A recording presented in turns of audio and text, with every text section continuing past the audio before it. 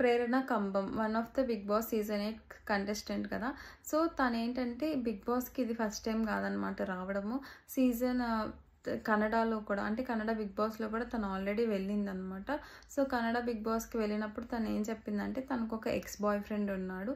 కాకపోతే తిను తన ఎక్స్ బాయ్ ఫ్రెండ్తో బ్రేకప్ చేసుకుంది. ఎందుకనంటే తన ఎక్స్ బాయ్ ఫ్రెండ్ అనేవాడు చాలా పొజెసివ్ అంట. సో తనకి ఎప్పుడైతే సీరియల్ ఆపర్చునిటీస్ వస్తున్నాయో, తన కెరీర్ ఎప్పుడైతే పీక్స్లో ఉందో అప్పుడు వాళ్ళ ఎక్స్ బాయ్ ఫ్రెండ్ నుంచి తనకి చాలా రిస్ట్రిక్షన్స్ అనేవి స్టార్ట్ అయినాయి అంట. ఇది చెయ్యొద్దు, అది చెయ్యొద్దు అని చెప్పి.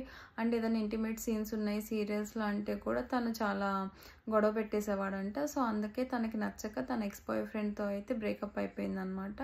అండ్ ఈ స్టోరీ అంతా తన కన్నడ బిగ్ బాస్లో అయితే రివీల్ చేసింది.